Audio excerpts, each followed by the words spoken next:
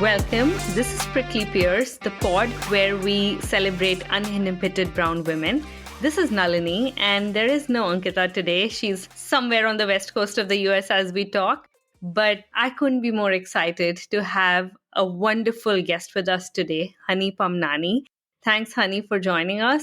If I had to introduce you, I don't know where to start because you studied engineering and you studied law, then you were a consultant at one point, you were also a former Mrs. India Beauty with a purpose, and now you work with the skills ministry in India.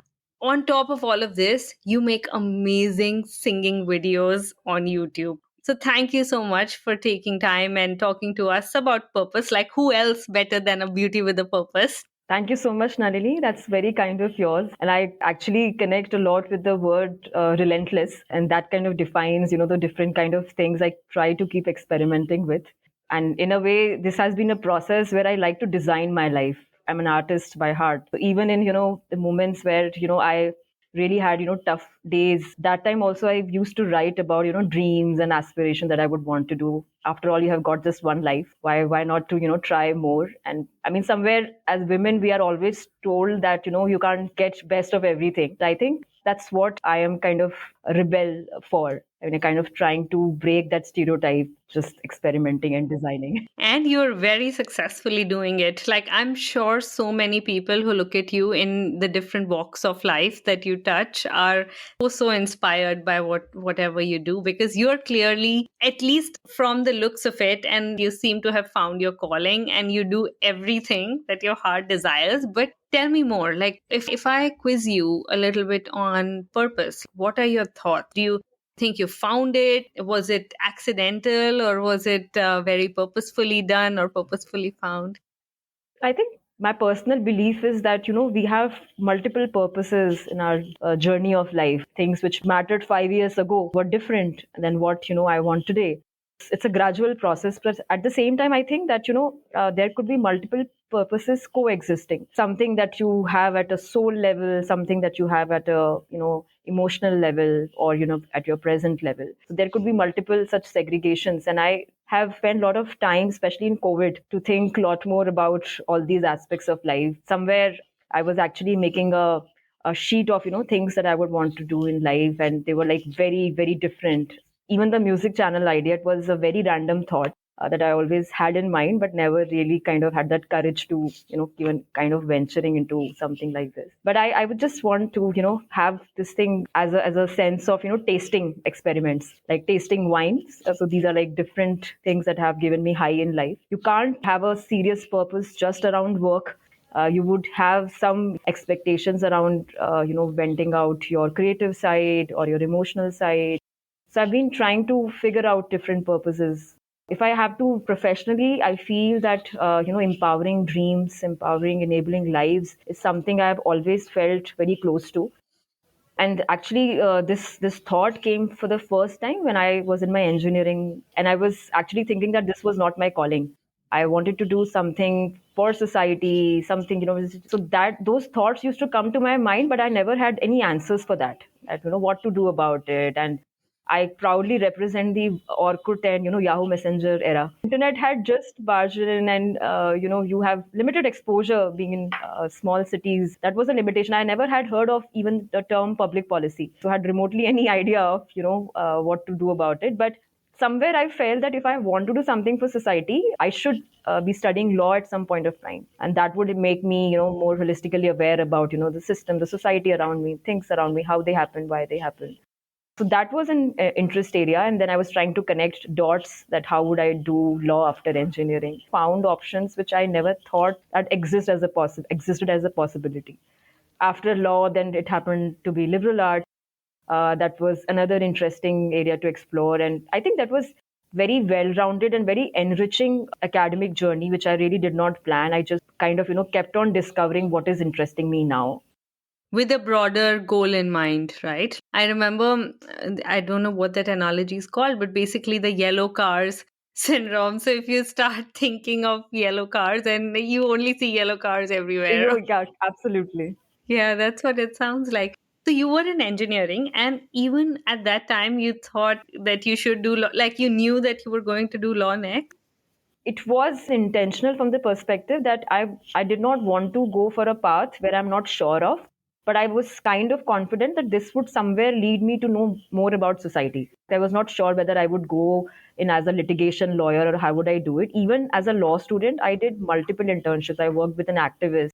I worked with an IM professor. I worked with a law firm. I worked various someone on startup, one company working only towards environmental concerns.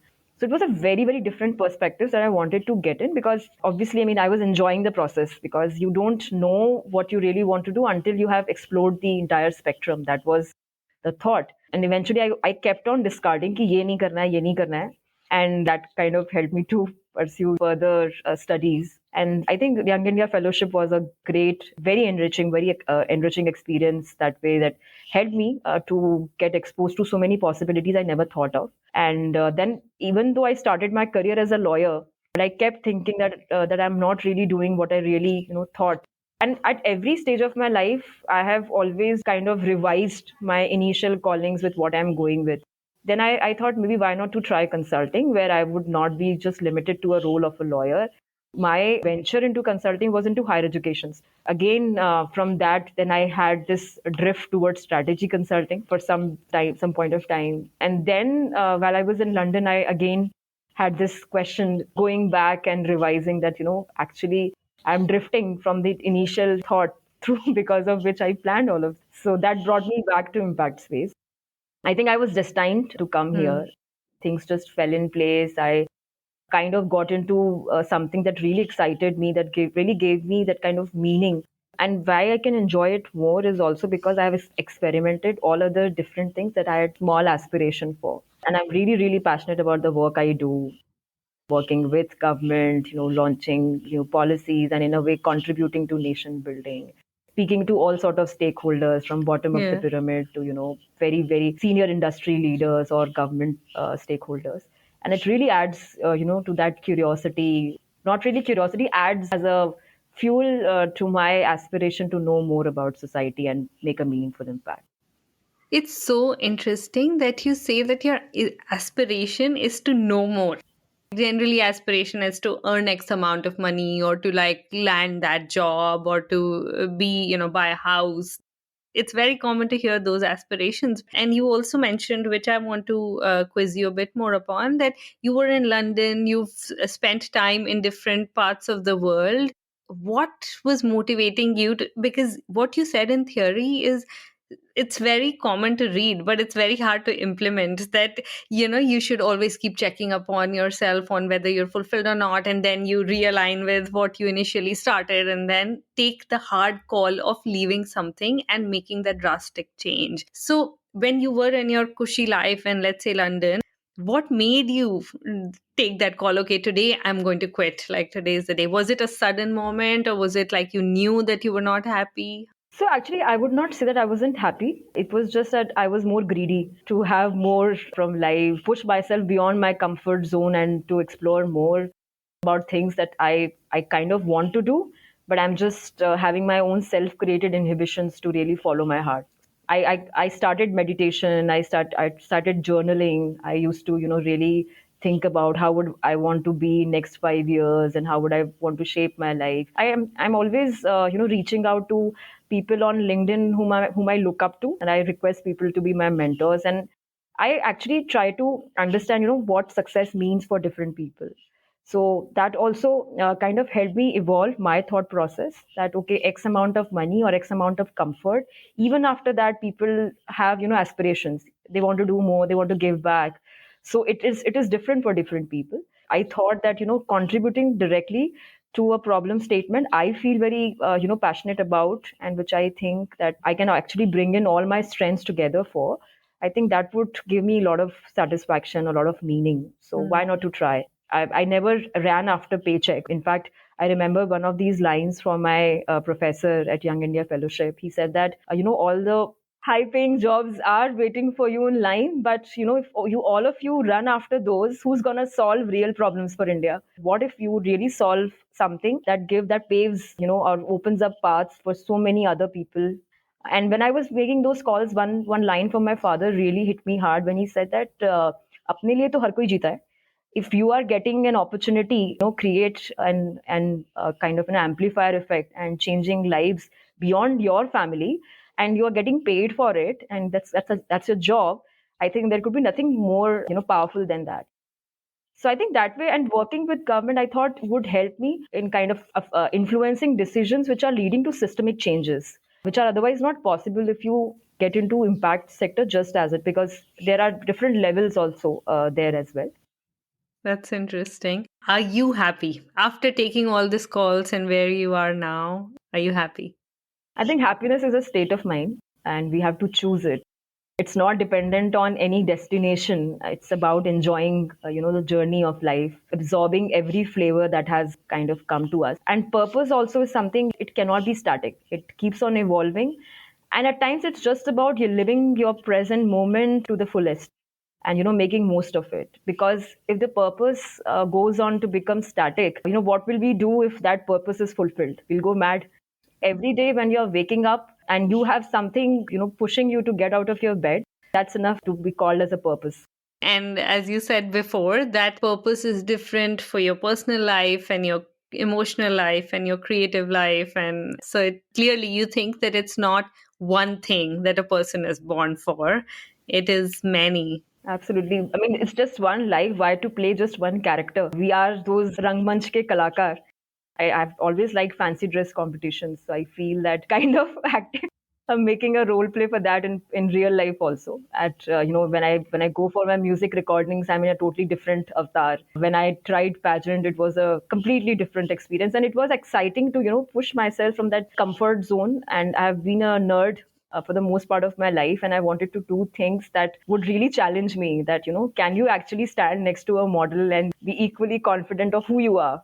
And not really comparing with someone, because everybody has got their strengths for different traits of life. I just wanted to try how best I am in different fields and how far I can go, and not really that because I have to be the best in every aspect, or it's just for fun, just for experience, so that when I get old and yeah, I'm just kind of making notes of कि if I have tried to do everything that I aspired for in this lifetime, I should not feel कि कुछ miss हो गया because I did not have courage for it. That's so refreshing because so many times, and Ankita and I have talked about it even in our intro episode, like so many times we put so much pressure on ourselves to be the best at everything that we do. The fun element of it just goes out of the window. Like these days, everyone wants to, for example, this podcast, we don't know if we're ever like going to make money of this, or like are we going to become top 10 creators or whatever, right? You just do it for fun, and you do it because you want to and nothing else. I wish more people were talking about purpose in that way, that sometimes purpose and fun are the same thing and it would lead you to something really, really great. And even if it doesn't, you still like it becomes a part of you in some way. Absolutely. I feel that, it is just feeding your soul, feeding your happiness index in a way.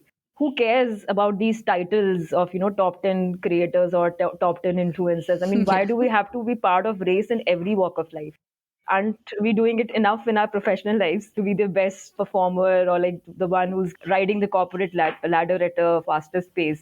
So all those things are any which way part of life, whether we try to accept it or not. But some things are meant only to give us purely happiness, and that's why it's important to have multiple purposes where you feel that मैं भीड़ नहीं हूँ दुनिया की, मेरे अंदर एक जमाना है, मेरा किसी से कंपैरिजन नहीं है, मुझे खुद से ही जीतने की जिद है और खुद को ही हराना है. I'm so going to use these lines. Despite like being a model, being a singer, being everything, you're also a writer, right? I've seen so many of your videos where you quote your own lines and they're beautiful. Hopefully we get to hear more of this. But now taking a pivot to a little bit on your personal life. And we know, being Indian women, there are so many different characters that we want to play, and there are characters that we are supposed to play because of the societal norms. Tell me a bit more, because you're going towards so many things that you aspire to be. Like, did it have any impact on your personal life? That has been a roller coaster ride, and in a negative way, but also at various levels in a positive way, which would not have happened had I not really, gone through all sort of experiences. So, I mean, I was just married. I won the title of Mrs. India, and I was doing my professional bits really well with the aspiration of traveling the world, going for consulting assignments, and all amongst all these crazy dreams. I went through a very difficult time in my personal life. And somewhere I was trying to escape from the situation. And I think COVID was a blessing in disguise, which actually made me limit myself, confine myself to four walls of the house, and actually think through where I have landed up in life.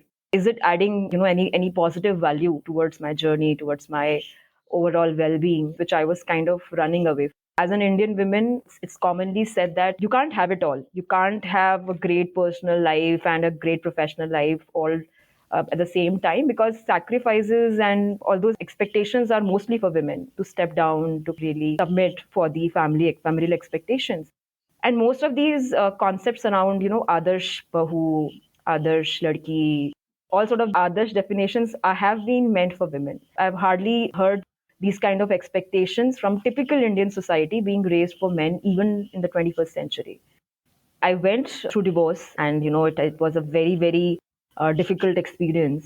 Nobody wants to be in those shoes. Everybody tries their best to, make things work. But it had gone very difficult for me to an extent that it brought me to my lowest point in life. Despite that, I've always been known as an enthu cutlet all my college life, always brimming with energy, always having infinite source of energy to try out different things. And with that kind of zeal to going towards a level where I was really at a point of depression. I mean, I had to take counseling for mental health also, and I'm not afraid to talk about it. It's very important that we openly, talk about these things, that it is important to seek help. It doesn't make you weak. It helps you to come out even stronger from difficult situations. And I believe that every crisis comes with a hidden opportunity. It's always that how we kind of, look at things in life. At one point of time, I was actually feeling very low, and I was just all in tears in front of my father, and actually, saying that, I don't know what is going to be the next course of my life. I don't know what's my purpose. I feel lost. I don't know, I mean, why I'm kind of, continuing on a journey which seems to be so tough, and all those things. So then he took out all my degrees, and he said ki, I thought you were really, capable to do great things in life, and you accomplished so much. But I did not know that you are so weak that you are just falling apart with a situation which is just right now looks like a very big problem, but might be possible that after a few years you will be way past. It might be possible that you are made for better things, for bigger things, and this will just be another, chapter of your life. Don't make it as an entire book. And he said, whenever you have to talk about it, just open that chapter. Other than that, there should be other chapters in your life which keeps you excited enough to, go forward. And one thing which really stuck with me when he said that, या तो हार जाओ या उस सोच को हरा दो जो women को second class या a lesser being की तरह treat करती है. Your fight is not with just one person or a few individuals. It's with a सोच. It's a mentality. And you are not the first woman, who's going through this kind of experience. So maybe you have been given an opportunity in this crisis to not just create a path for yourself, but so many others who have been fighting this kind of battle in silos and not talking about it because of multiple taboos and just lost. Maybe the path that you create for yourself also helps others. When he said that, it stuck with me that I'm so privileged that I have got parents who have actually supported me like anything and kind of became my rock in that kind of tough situation. And at times these kind of situations in life, crisis situations, basically do not expose your weaknesses. It helps you kind of discover your strengths. I would say I have utilized this time to discover my strengths and felt a lot of gratitude for whatever great I have got from the universe. And I happened to read Bhagavad Gita at that point of time. I think I would never have been ready to absorb that kind of knowledge in any other phase of my life, but I think I was really ready for it. And it really helped me to process all that grief, all that agony, all that pain that I was going through. And I think it helped me to emerge stronger, more resilient, and more relentless than before. I have not met a more eternal optimist than you. You're really in even our short chat. Like, it looks like you take everything that is not working out and somehow turn it into a position of strength, which is just amazing. I wish more and more people could be like you, and more women in our country could be like you, just because half of the suffering, as this half is obviously real and the other half is what we put ourselves through just because of log kya kahenge, where am I going, like how am I going to introduce myself after this big change. Like there are so many different things that play on people's minds with your journey, and being so open about sharing your journey, even in your work where you meet so many different women from so many different, from grassroots levels to, as you said, industry, everywhere. I'm sure everyone's learning so much from you just by you being you. I'm just trying, and I would just like to quote one line that, pain is inevitable, but suffering is optional. It's in our control that we cannot change circumstances and situations we have been put into, but we can always control the choices we make. Your mind is your biggest friend, your mind is your biggest enemy is a one of the shlokas in Bhagavad Gita. The entire journey of life I can actually be looked at in a very different perspective. I can feel like a victim and I can feel like an empowered human being, a fearless human being at the same time, just by the matter of thoughts that come to my mind. And thought by thought, we build our destiny. So it's very important that, what we are manifesting in our minds, that helps us to, not just follow that path, but actually that becoming a part of you. And we were not taught about all those things as kids when we were studying. We always used to talk about grades, about getting better marks, about getting that job, clearing that exam. Nobody taught us about the social skills that will help us sail through when life throws real kind of challenges. The things which happened with me that could have happened with anyone. And why believe that life is only going to be a rosy picture or a fairy tale story? You have to be your own hero who gets up for your own self when things don't work the way they had. So it's all in mind. It's just that I'm trying to process or train my mind in that manner. What helps you be this way, that every single day generally comes with its own challenges and different things, right? What keeps you on track to keep training your mind like this? Is there any special secret formula that you use? I think I used to be quite impulsive and reactive and used to get really panic in situations whenever I'm tested or being put on a spot.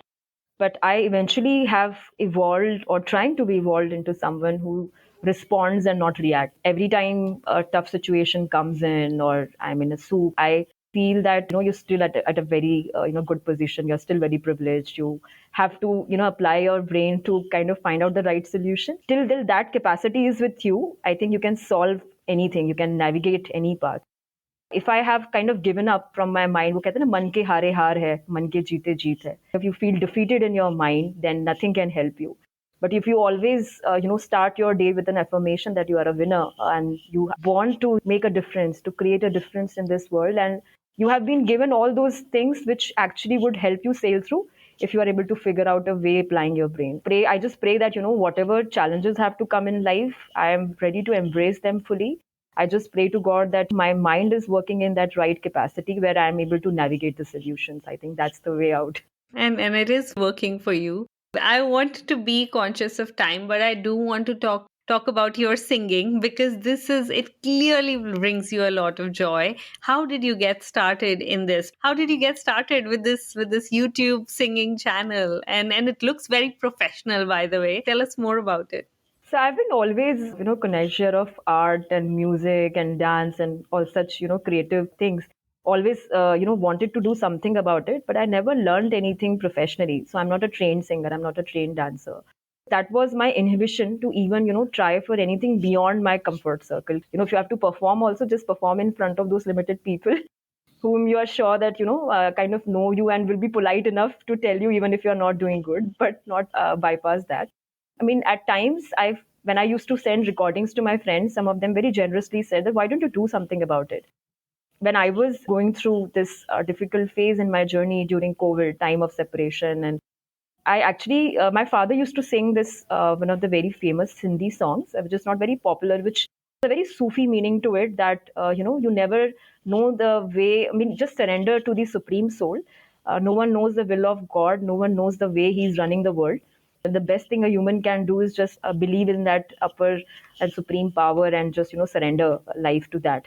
And just believe that everything is happening for a reason. God has a plan for you and things will fall in place eventually, and it had a very beautiful meaning. And then I was also doing a project with Stanford's this 1947 partition archive. So I'm a Sindhi, and my family migrated from Sindh in Pakistan during partition. That is something that I've grew up listening to, all those, stories of horror, what all that generation had to go through, and how you kind of, how they started their life from scratch all over again here.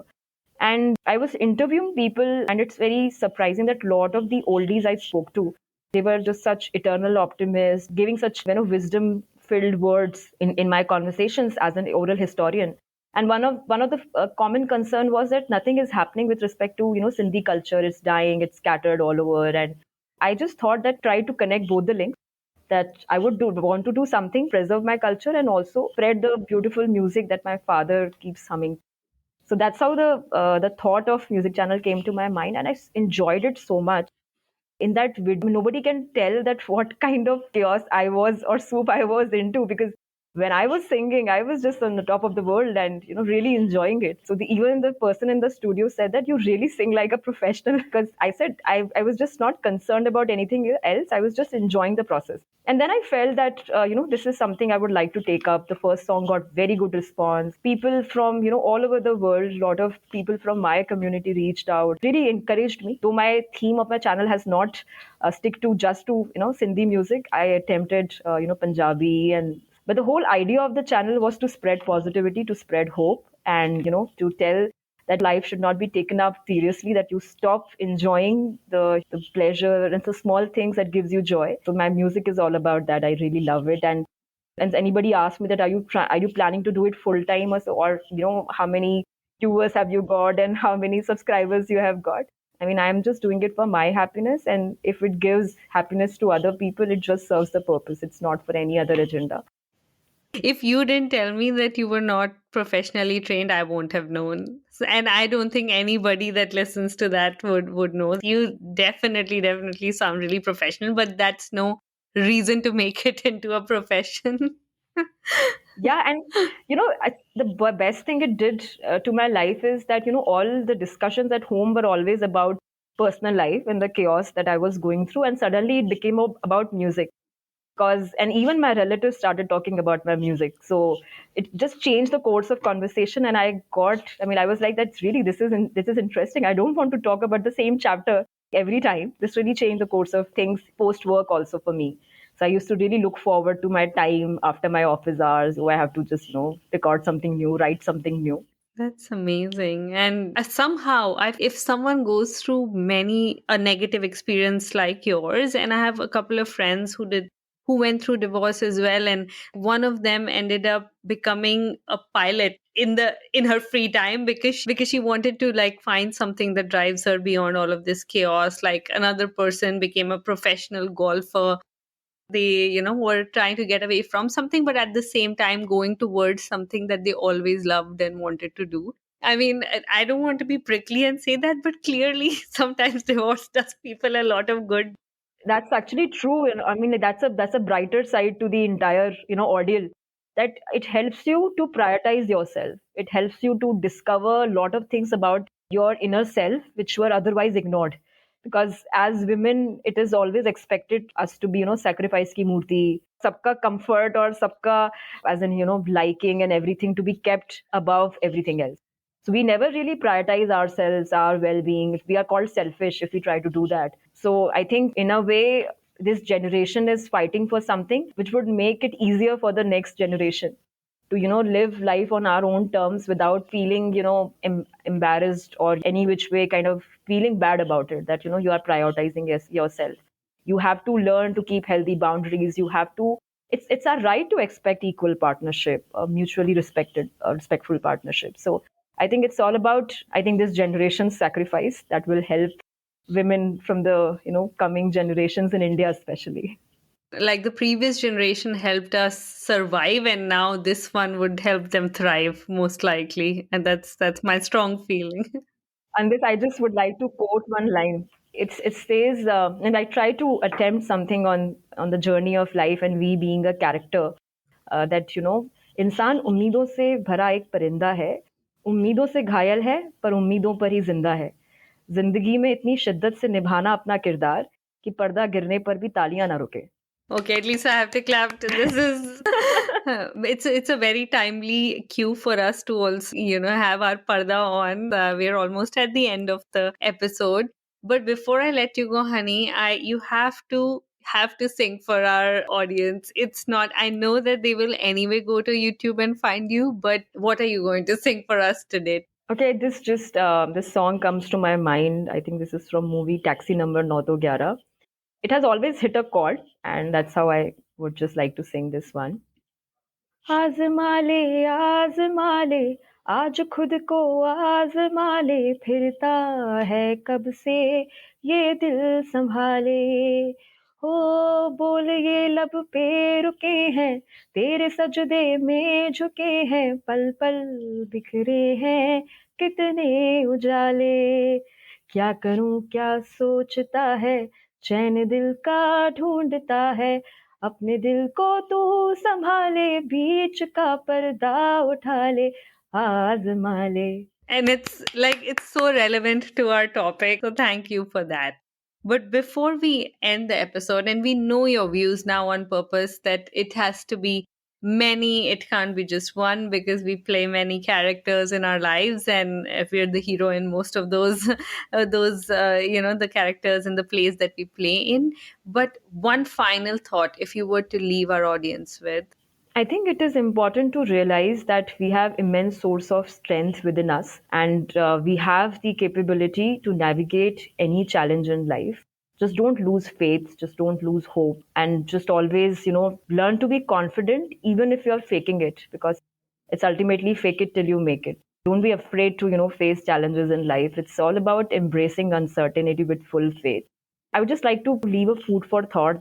If you are, in a bad situation, any point of time in your life, always think from the perspective that this is kind of a probability. You still have a 50-50 chance, and the path ahead might look like an uncertain and uncharted territory, but still it has a 50% chance to be a better version of your life rather than being stuck up in a situation which is already bad. I mean, like, nothing much can be done about. So always believe in taking that leap of faith for our own betterment and to live our true potential, because we all deserve to be happy. We all want to be, our best versions. To be your best version, take that leap of faith. Absolutely. And and we need, I mean, there are situations where we might feel at a disadvantage and we start comparing ourselves, our journeys with others. And it is very important to realize that all of us are on a different journey. Things happen in a different way at different point of time for different people. So it's just, important to realize that your competition or your comparison is only with yourself, not with anybody else. Thank you so much, honey. Thank you for taking the time to talk to us today. And I will definitely share all the links of all your different talents. Thank you. Thank you. And thank you very much, Nalini. Really appreciate all the patient listening and for having me on this platform with you today. Truly my pleasure. oh, you're welcome. And with that, we're out.